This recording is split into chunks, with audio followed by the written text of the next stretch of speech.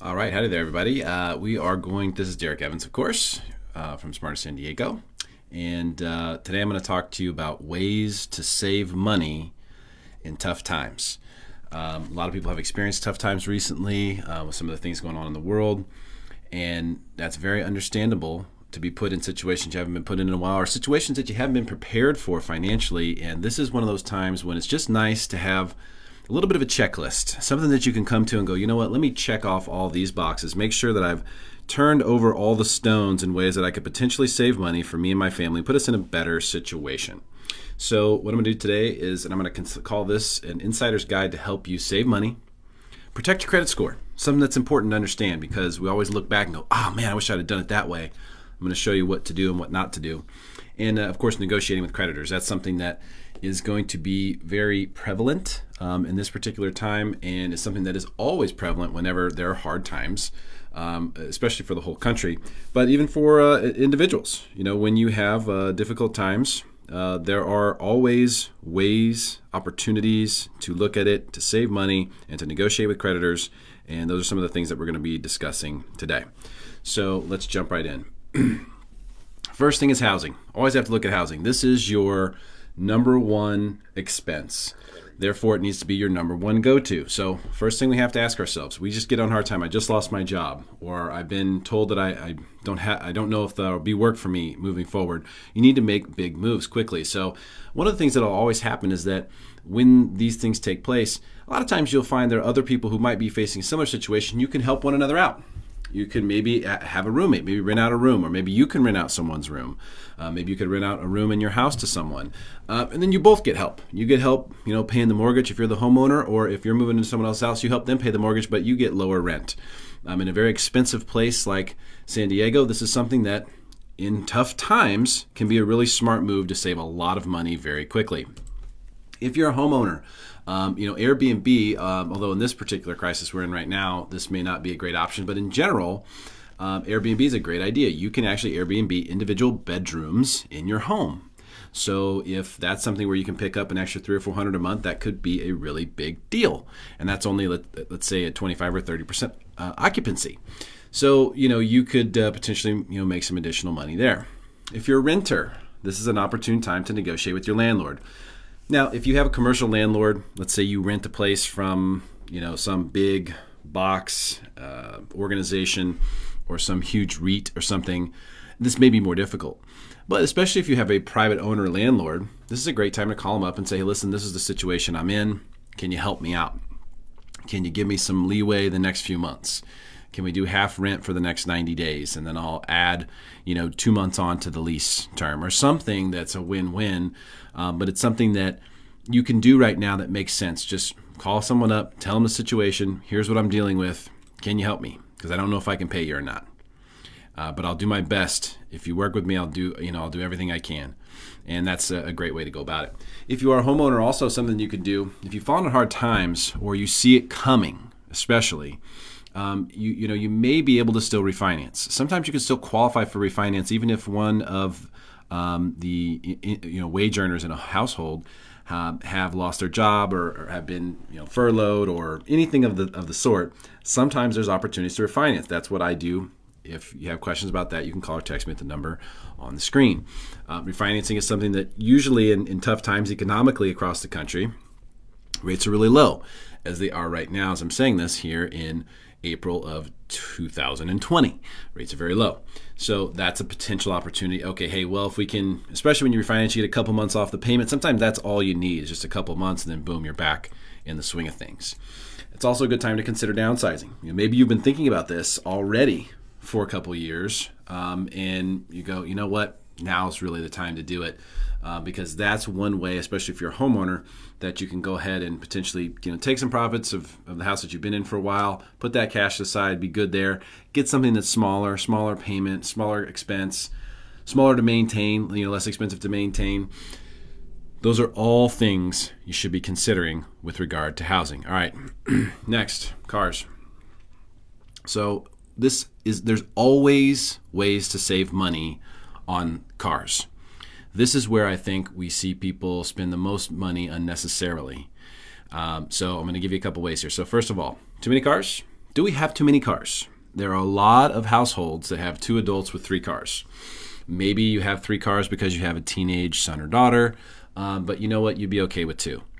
That's a good time, a good opportunity to do that. And maybe you flip-flop it. Maybe instead of, selling the teenager's car, maybe you sell mom or dad's car. And then mom or dad now uses what the car the teenager was using. If you can shuffle it around and be able to get rid of a car, and by the way, if you're going to sell a car, take it to CarMax. Sell your car to CarMax. They make it very easy on you. They give you a very good price for it. It is a super good deal. If you're going to sell a car, go to CarMax. What about if you're a normal, let's say standard husband and wife family where you have 2 cars? Can you make it with just one? Is that doable? Is it something where do you really need 2 cars? How often? Ask yourself this question: how often are we using 2 cars? And I'm not saying this is a permanent change. We're just talking about temporary ways to save money here. Can we make it with just one? Could I Uber if I needed to here or there? Or could you drop me off, whenever I need to leave the house to go for an appointment or whatever it may be? Can you make it with just one car? Because if you can, average car payments over $500 a month, you can save a lot of money right there.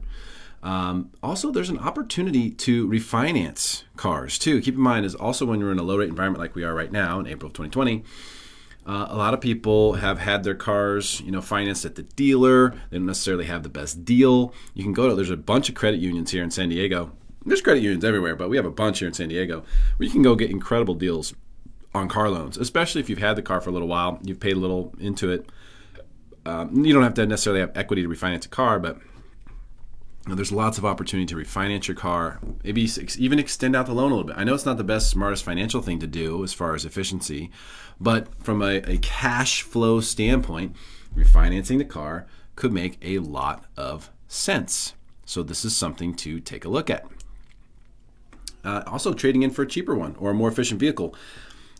There are a lot of people out there driving big trucks, driving big SUVs. We know that when hard times hit globally, we see those things, decrease in value because a lot of people get rid of them. They're like, wait a minute, I can't put $400 or $500 a month in gas in my car. This is when Prius sales, especially used Prius sales, and that's, if you're driving a great big car and you're in it by yourself most of the time, that's where a used Prius can make a lot of sense. Get rid of that $700 or $800 a month car payment and go ahead and get you a $300 a month used Prius payment and pay way less in gas. You fill it up once. Something else, too, I'm going to mention here, which is going to sound crazy. When we're talking about saving money, he's telling us to buy a Tesla.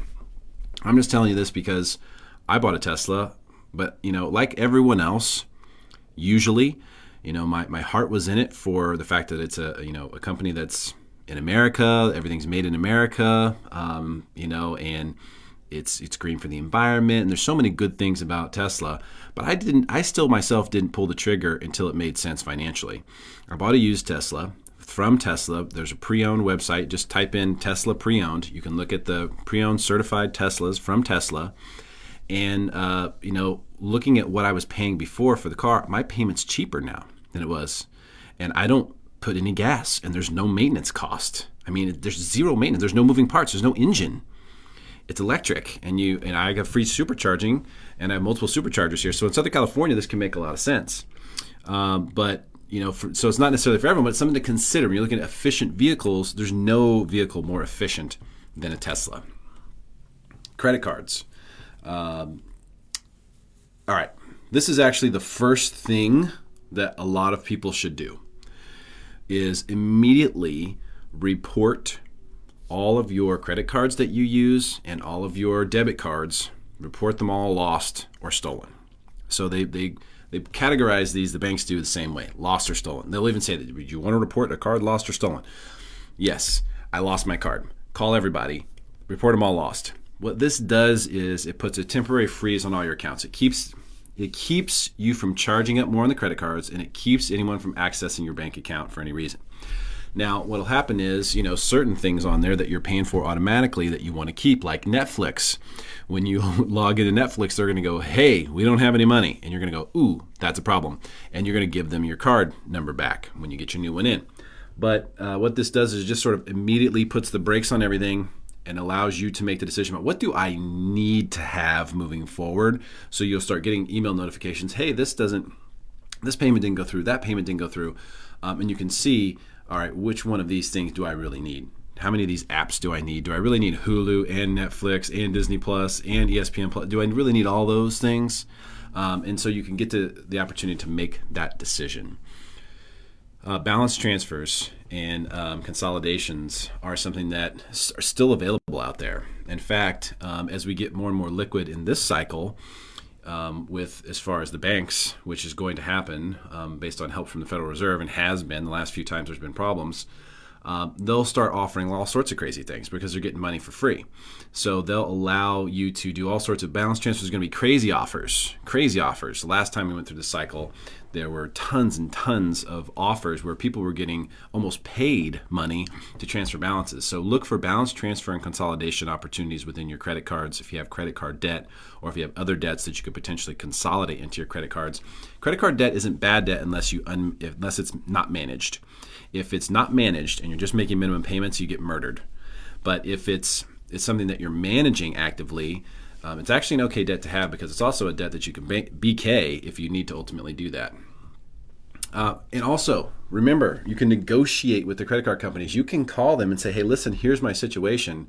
Can you put me on a payment reprieve for a little while? Can we freeze the account and have me pick back up at this date when I find a job again?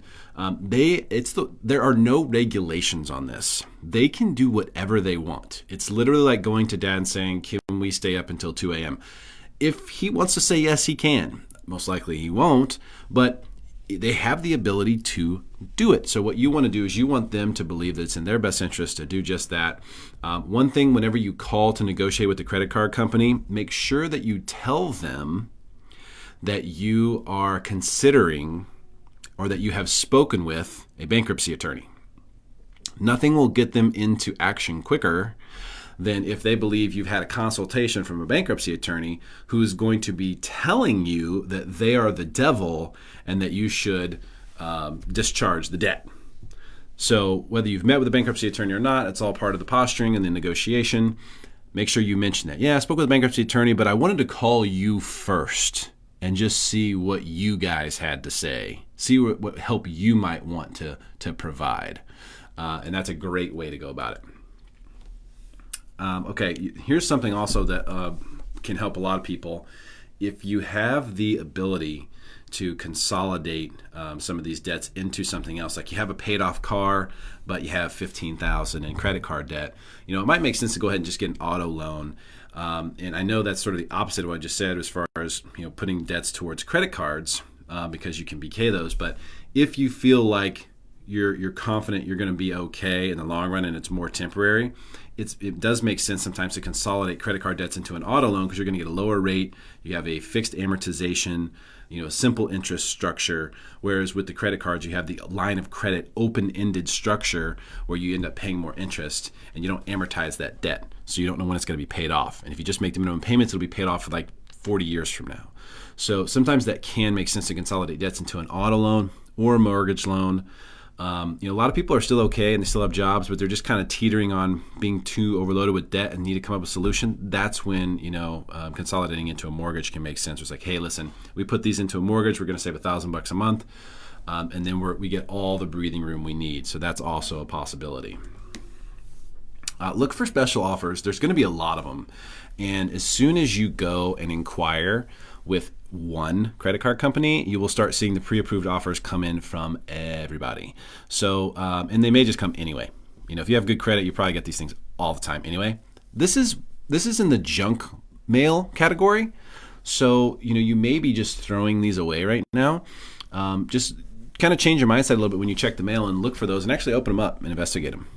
Because there's going to be some special offers out there and some opportunities to take advantage of some balance transfers and introductory APRs and stuff like that, where you can pay a little interest and you can move balances around and you can defer payments and save money in the short term, which is what the purpose of this video is. Okay, insurance. With insurance, one of the best ways to save money is to bundle. There are a lot of opportunities to shop for insurance these days. So I encourage you to shop around. Try to bundle your insurances together. You've got, this life insurance policy over here, this life insurance policy over there. We've got auto insurance here, homeowners insurance there. Try to go ahead and get all those bundled up together. That's the best way to save money. And shop around. Look at some of the online options. There very well may be an opportunity to get a good deal and save some money on the insurances that you need to have.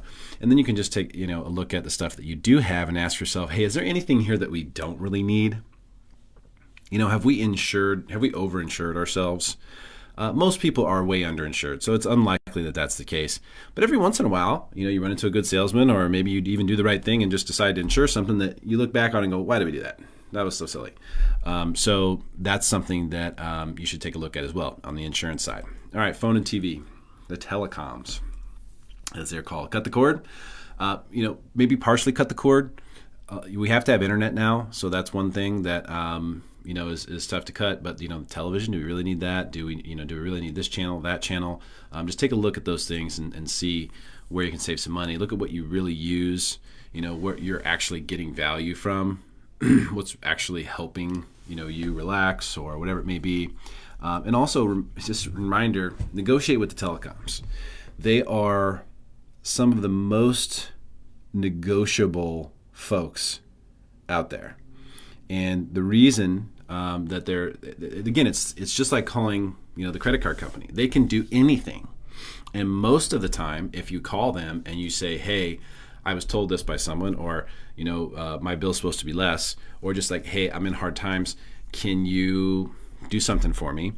Almost every single time they'll already have a plan in place for like, okay, here's what we can do. And that's what they can do automatically without even talking to a supervisor.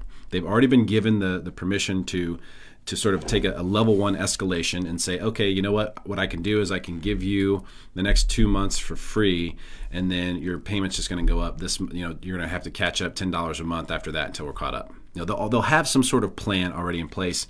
And then if you want to go beyond that, you could say, let me speak with a supervisor. I'd like to really see what you guys can do for me here. I've been a client for a long time. I'd like to stay that way. So depending upon how hard of a bargain you drive, you can go as short or as far as you want with that. Also, try to bundle this stuff up too. I put maybe share internet with neighbors just because I did that for so long. Like when high-speed internet first came out, I was in college, and we were all just completely enamored by this high-speed internet. We didn't know what to do with ourselves. This is the days of Napster and Kazaa, and we all shared internet. I mean, our neighbors, there was like 4 different units. We were all sharing the same internet. You didn't have Wi-Fi back then. It was all hardwired, so it was super crazy the way it was set up. But this might be something, depending upon your situation, how much streaming you're doing and things like that, where maybe you can save with neighbors or roommates. Maybe you can bundle a couple things together. Maybe we're both paying for something. It's like, wait a minute, we can just share this, and then just be courteous with one another. That might be a way to save money. And these little things will add up. If you can check 4 or 5 or 6 of the things off on this list, it's going to add up. It's going to make a difference for you. Okay, this is very, very important. I'm going to talk about the credit implications here. Bills that it's okay to pay late, and then we're going to talk about bills it's not okay to pay late. And this is specifically when I say it's okay to pay late, I'm talking as it correlates to your credit and your credit report and your credit score. So bills is okay to pay late. Anything that doesn't report.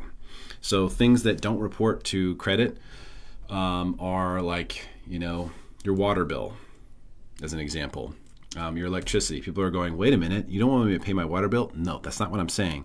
But what I'm saying is these don't report you late. So if you look at your water bill and you say, okay, you know what, or your electricity bill or whatever, you can call them, even your cell phone bill. You can call them and say, hey, I'm going to be late, or hey, can we make a payment arrangement? Can we do something here? And it's never going to hurt your credit unless it goes to collection. So unless it goes to collection, it will not hurt your credit.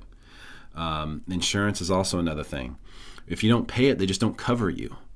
So it's if there's anything that you have to not pay, okay, these are the things that you could not pay. Now, obviously, if you don't pay your water and you don't call them or you don't take their calls, they're going to shut it off. Same thing with the electricity. Same thing with your cell phone. That's why I'm saying call them. You can try the same thing with your insurance company. Most likely, they're not going to give you leeway on when you make your payment, so you're just going to have to lapse and then not be covered. But they'll give you a certain grace period. And in a lot of cases, it's at least 30 days. So you do have some room there. Rent is another thing. This does not show up on your credit unless there's a collection involved. So all of these things here don't actually hit your credit unless they go to collection. And insurance will never go to collection. They'll just stop covering you. So, those are things. If you have to pay something late, call these people, tell them, hey, I'm really hard times. I'm going to be paying late. I just wanted you to know, please don't shut this off on me. And a lot of times they'll give you grace. They'll say, you know what, we'll give you 30 days, or hey, we'll give you 60 days, but then we need you to be back on track.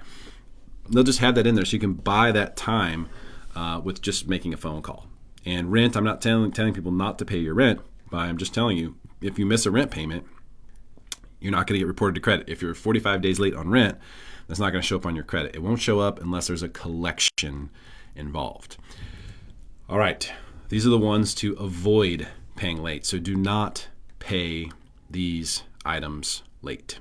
Now, when I say late, I mean more than 30 days. So keep that in mind, and I'll circle back to that, the 30-day rule, in a second. But why is car number one? Car is number one because a car will get repossessed. You'll get collection activity happen much more quickly than anything else. If you're 90 days late on your car, it could be gone any minute. They'll send a repo guy and come get it. And we all need our car, at least a car. Now, we talked earlier about getting rid of cars or consolidating cars or figuring out how to reduce auto payment exposure. And so that's an important thing. But just know that when you pay your car late by more than 30 days, that's going to hurt your credit score. Same thing with your mortgage. These are really the big two where you want to stay inside that 30-day window. I mean, if you need to pay it on the 29th day, then so be it. But late payments on cars and mortgages can really, really hurt you. Same thing with credit cards, really. If they're more than 30 days late, if you need to pay on that 29th day, it's okay. But more than 30 days late is going to be a problem. Same thing with personal loans. So if you get a signature loan from a bank, or you have a personal loan, a student loan, I should have put that on here as well. Those are things that are reporting to credit. They're 100% going to report you if you pay them by more than 30 days late. You may incur fees if you pay more than 15 days late or more than 10 days late, depending on what the contract is. Like with mortgages, if you pay more than 15 days late, you pay a fee. They don't mark you late on your credit until you're more than 30 days late. So you kind of just have to know what the rules are with each one of those, and just remember that 30-day rule. So you have 30 days from the due date to make the payment before you start getting dinged on your credit. So if you look at that, when you get the bill versus when you pay, you have a lot more space there than what it normally seems. And so just keep an eye on that. This is another way that you can, you still have time where you can call these guys. However, if you call your mortgage company and they say, sure, we'll defer your payment, don't necessarily assume that they are not going to report you as late on credit. Same thing with the card, credit cards, all that stuff. So you just have to be careful. I would rather see you pay these on the 29th day and not go late on these, and be late and negotiate on the other stuff we just discussed. And then I threw this in. Let me know if you have questions on this stuff. I threw this in too because with food and meals, this is something where, and depending upon the circumstances, this can be a really big deal too. If we're really in a cash crunch position, a lot of times, the process of eating and feeding the family can be a big deal. Here's the great news. Pizza and pasta always work great. The kids will love it. You'll love it. It'll be inexpensive. It's stuff that you can reheat easily. It can last for days. Making meals in bulk is a really good idea. Simple stuff. Rice and beans. There's ways to do food simply, and have opportunities for leftovers, big soups, crock pots, chilies, things like that. Leftovers are awesome. Everybody loves leftovers, but especially like pizza, pasta, some of these chili, things like that. These are good things that you can make. No one is going to know. The kids aren't going to, go, gosh, things must be really bad if we're eating this stuff. They're going to just love it, because one of the things we always try to do as parents is we try to protect our kids from, the reality of life and how there's going to be hard times. And, sometimes I think we're wrong to do that, but at the same time, gosh, you just don't want to see their sweet soul, touched by this idea that things can be so bad. And when you see the innocence in their eyes and their actions, and you just want to maintain that, and I just don't think there's anything wrong with that, wanting to maintain that in our children. And so, they won't know that anything's wrong. We're making food, we're having fun. That's an important thing too. You make meals at home, you get them involved, have some fun with it. Just make the most of the situation while things are what they are. And avoiding the processed stuff as much as possible, because unfortunately the processed stuff, the more processed the food is, the more hungry it makes you. And this can cause, when in times of stress, eating processed food in times of stress, there's studies on this, you can Google it, I'm not going to go into it. It causes you to eat more. So then you're going to be eating more, you're not going to be feeling as good, you're going to be spending more money on food unnecessarily. So just something to keep in mind when it comes to that. And don't forget too, you can freeze lots of stuff. My wife taught me this. I had no idea. You can freeze so many things. My son likes to eat these little pancakes. I make him these little simple pancakes. They're really inexpensive, really easy to make. He loves them. And she freezes them.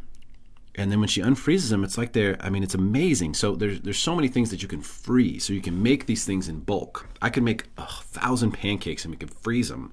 And they would be great every single day we ate them.